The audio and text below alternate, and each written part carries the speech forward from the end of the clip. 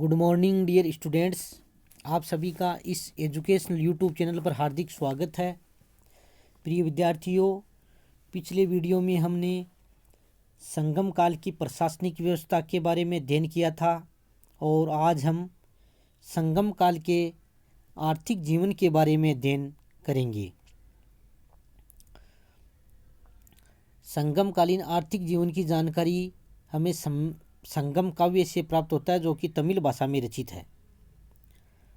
आर्थिक जीवन में कोई भी साम्राज्य हो, उसके आर्थिक जीवन, उसकी आर्थिक स्थिति के अंतर्गत कृषि, पशुपालन, उद्योग धंधे, व्यापार वाणिज्य आदि शामिल होते हैं। तो संगम युग में कृषि के बारे में हम पढ़ते हैं। कृषि प्रमुख कार्य था उस समय। दक्षिणी राज्यों के लोगों की आजीविका का मुख्य साधन कृषि ही था। संगम साहित्य से पता चलता है कि वहाँ की भूमि अत्यंत उपजाऊ थी और पर्याप्त मात्रा में कृषि की जाती थी। कृषकों को वल्लाल कहा जाता था।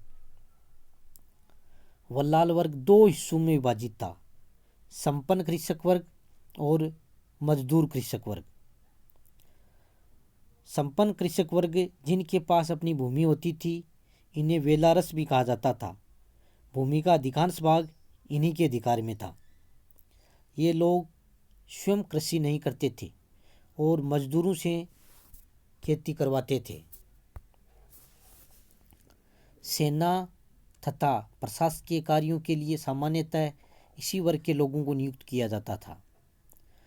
मजदूर कृषक वर्ग, इस वर्ग के लोगों के पास अपनी स्वयं की जमीन नहीं होती थी और वे संपन्न वल्लालों की जमीन पर काम करके अपना जीवन यापन करते थे। महिलाएं, विशेषकर निम्न जाति की नारियां कृषि का कार्य करती थी। चावल, नारियल, कटहल, काली मिर्च, हल्दी, गन्ना आदि की पैदावार पर विशेष ध्यान दिया जाता था। कृषि के लिए सिंचाई की भी व्यवस्था थी। नहरों और तालाबों से जो जल सिंचाई के लिए दिया जाता था, उस पर राज्य किसानों से अतिरिक्त कर वसूल करता था। इस प्रकार संगम काल में कृषि की उन्नति अच्छी थी और प्रदेश धन धान्य से परिपूर्ण था। उद्योग धंधे, संगम काल में लगभग सभी प्रकार के घरेलू कुटीर उद्योग धंधे उन्नत अवस्था में थे। सूती और रेशमी वस्त्रों का उद्योग काफ़ी विकसित हो चुका था। संगम साहित्य की कविताओं में सूती कपड़ों के बारे में कहा गया है कि वे सांप के केंचुए या भाप के बादल की तरह महीन होते थे और उनकी कताई इतनी अच्छी होती थी कि धागे आंखों से दिखाई नहीं पड़ते थे। बुनाई का कार्य प्राय स्त्रियां करती थी और इस समय सूती कपड़े के व्यापार का प्रमुख केंद्र उरैयूर था। उरैयूर। गन्ने से शक्कर बनाने का उद्योग भी काफ़ी विकसित था। बढ़ईगिरी का व्यवसाय, रस्सी बनाने का उद्योग, अस्त्र शस्त्र निर्माण उद्योग, स्वर्णकारों का व्यवसाय उद्योग, चर्म उद्योग, नमक बनाने का उद्योग और भवन निर्माण उद्योग आदि काफ़ी उन्नत अवस्था में थे। तो इस प्रकार उद्योग धंधे भी उस समय पर्याप्त थे और घरेलू कुटीर उद्योग धंधे समुन्नत अवस्था में थे। व्यापार वाणिज्य, संगम युग तमिल राज्यों में व्यापारिक उत्कर्ष का युग था। संगम साहित्य में तत्कालीन व्यापारिक गतिविधियों का विस्तार से वर्णन मिलता है। बंदरगाहों पर मस्तूलों पर झंडे लगे हुए व्यापारिक जहाज इकट्ठे होते थे। समुद्र में जहाज़ों का मार्ग निर्धारित करने के लिए प्रकाश स्तंभ बनाए जाते थे। उस समय के प्रमुख बंदरगाहों में केननूर, तोंडी यानी आधुनिक पोनाली, मुशिरी या मुजिरिस, कोरकाई, कुहूर, नेलशिंडा आदि प्रमुख बंदरगाह थे। इन बंदरगाहों पर यवन लोग जहाज़ों में सोना और अपने देश का सामान लेकर पहुंचते थे। यहाँ की मुख्य निर्यात की वस्तुएं थी इम्पोर्टेंट है, निर्यातक वस्तुएं ध्यान में रखनी है। काली मिर्च, सूती वस्त्र, मलमल, रेशमी वस्त्र, हाथी दांत, मोती, कीमती रत्न, हीरे, नीलम, कीमती पत्थर आदि। एक बार पुनः सुन लीजिए। निर्यात की प्रमुख वस्तुएं काली मिर्च, सूती वस्त्र, रेशमी वस्त्र, मलमल, हाथी दांत, मोती, हीरे, कीमती रत्न आदि। तथा आयात की जाने वाली मुख्य वस्तुएं